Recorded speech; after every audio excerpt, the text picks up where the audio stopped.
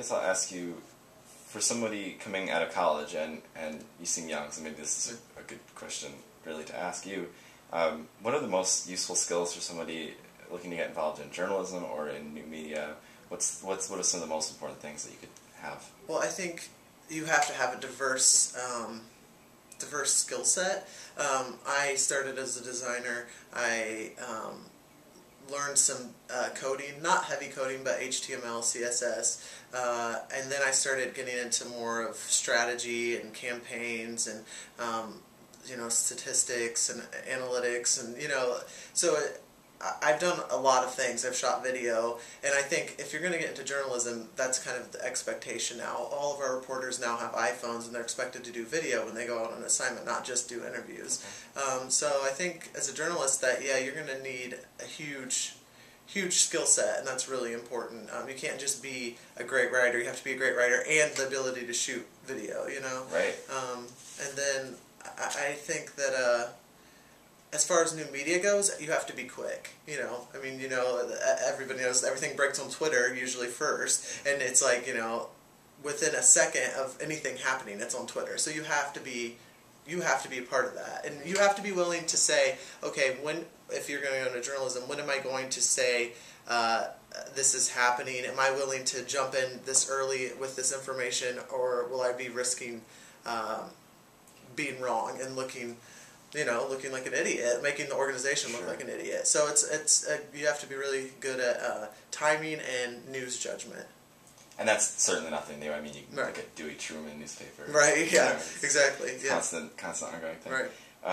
That's a lot of great information, because I have always considered myself a photographer and a videographer and a writer, and I mean, I'm 24 now and I'm still finishing up a bachelor's, but the struggle has always been, what do I want to do? I have to decide, but this is cool because it's more, Yeah, you really don't. Yeah, you really need to have all of that. Yeah. And that's the thing I was always worried about. I was like, I'm not focusing on one thing, but that's what they liked about me, is that I wasn't focusing on one thing. That I had a variety of things I had learned, and and learned them in a way that I understood. It wasn't just like, oh, I know kind of how to shoot video. I understood how to shoot it, and then how to edit it and how to put it up. It wasn't.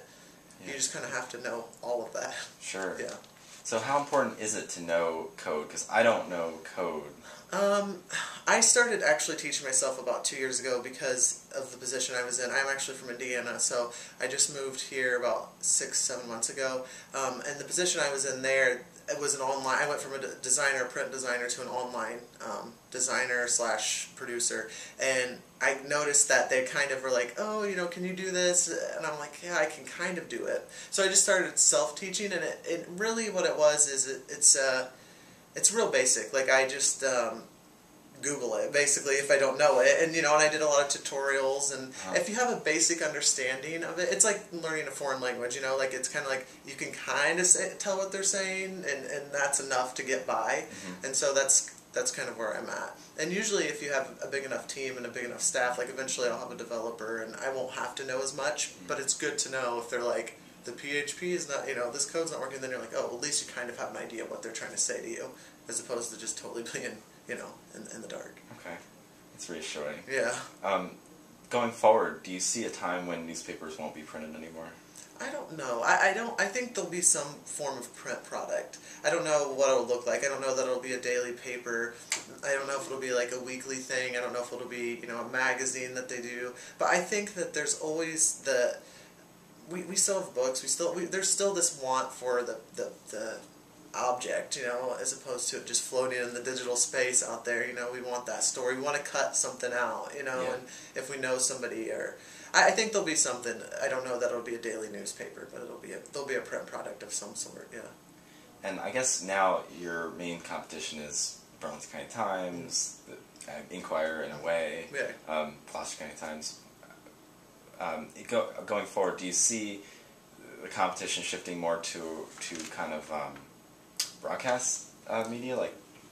I don't think so. I think that I think that's already there, and I don't think it will get worse. I think honestly, now that digital's around, now that the internet and social media exist, that it puts print and broadcast kind of on the same level because we're both competing on Twitter, we're both competing on Facebook, and it's the same idea. We're both doing video, you know, and we've kind of become similar as opposed to, you know, oh well, they're video now and they're the, you know, they can give you the visuals. We've kind of started to be on the same, like, not that we were just totally different worlds, I think, before, you know. We were both news, but just we were given different angles of the news. Now we're kind of all doing the same thing, you know. And with their website now, they have technically like a print product, you know, a text product, where before they didn't, you know. So I don't think that it'll be so much broadcast. I think that this market's interesting though, because when I was in Muncie, it was really easy because we were only we were an hour from Indianapolis, and that was our only competition. But we were an hour away, so we're covering things that no one's going to cover. Here, we have all this overlap of markets. Sure. So it's, and I think that as far as newspapers and journalism goes, it's super important that it's local. And if you have other local markets competing, that's going to be really, really hard. If you don't, then you're going to, I mean, even if the print product's not doing great, you're giving them information that they can't get on the wire and just Google it and find it, you know? Mm-hmm. So. Interesting. Yeah. I have a friend that's at Ball State right now. Oh, yeah? That's crazy. Yeah. What's he doing? He's environmental studies. Oh, yeah? Yeah. That's awesome. Yeah, I just finished I'm actually finishing a project for my master's in digital storytelling there, so okay. yeah. Cool. Yeah, that's so weird. Yeah. Digital storytelling, that sounds really interesting. Yeah. What's that about?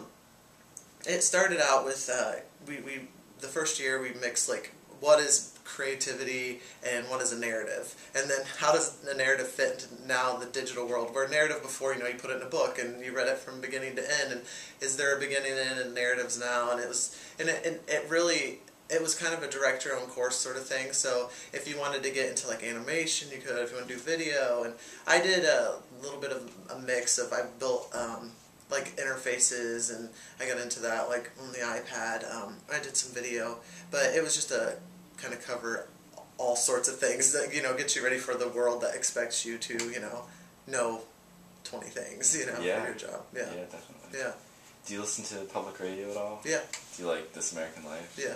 Yeah. Yeah. What, do you think that those kind of storytelling techniques will have a place in journalism more with the new technology? Yeah, I do. I think that that's one thing right now I think newspapers do. They kind of are, they speak in like an authoritative voice, you know, like this happened, this is how it is. And I think that with social media and with digital technology, we're going to become, you know, the reader's voice. So it will have that more of a first-person sound to it, you know, or we will be taking stories from the community. So there literally will be that sort of, this is the story, but it's not so much like, these are the facts, these are the numbers, which I think that's kind of what This American Life, it's like, here's the story, but it's in a nice way that's digestible as opposed to like, blood, gore, you know, like 40,000 people are dead, you know. Very objective. Yeah. Right. It'll be more like, okay, who's one of these 40,000 that are dead, you know, and focus on their life. Yeah.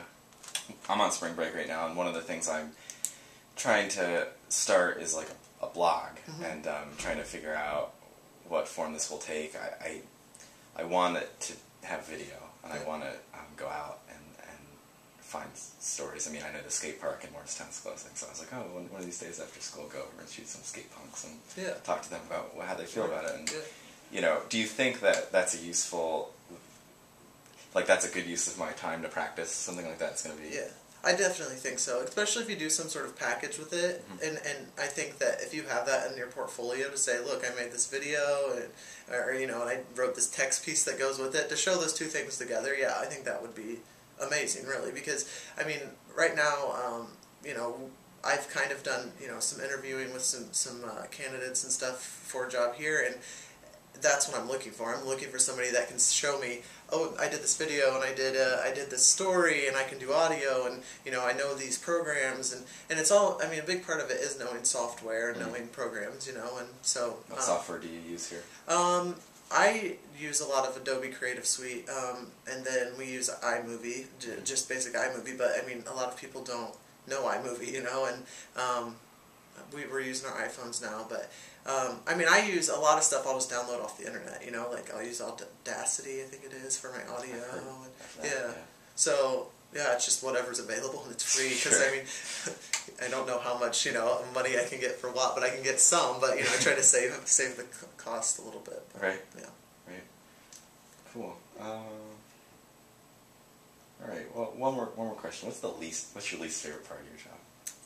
I would say that now that I'm in before I was in I didn't have a staff, so I was just a multimedia producer, so I had time to work on projects and be more creative. And now I'm a manager, so I manage, other people's time, and so it's been a shift from, I still have time to do some creative things, but a lot of my time spent saying, oh, can you do this creative thing, as opposed to me doing it. So that's been hard, because like I'm used to shooting the video or editing the video, or designing anything, a website or an infographic, and now I don't do that so much anymore. I do more of, can you do this, so that's probably my least favorite part. Yeah. Okay. Yeah, no, that was really good. That's a lot of good information. Good. I wish I got an iPhone. That's the only thing. Yeah. Just got a new phone, but I was like, everybody's. I mean, that's Gannett. We're owned by Gannett, which is a huge corporation, and they've sent out iPhones to all the reporters. That's the new thing. Is wow. Do video on your iPhone and send it in. Do a photo, send it in, because they want it to be more immediate. And it's been working out. I mean, people that normally are into technology are loving their iPhones, and so it's good. Good stuff. Yeah. Great. Yeah. All right. Well, thanks so much. Yeah. It's good talking to you. Yeah.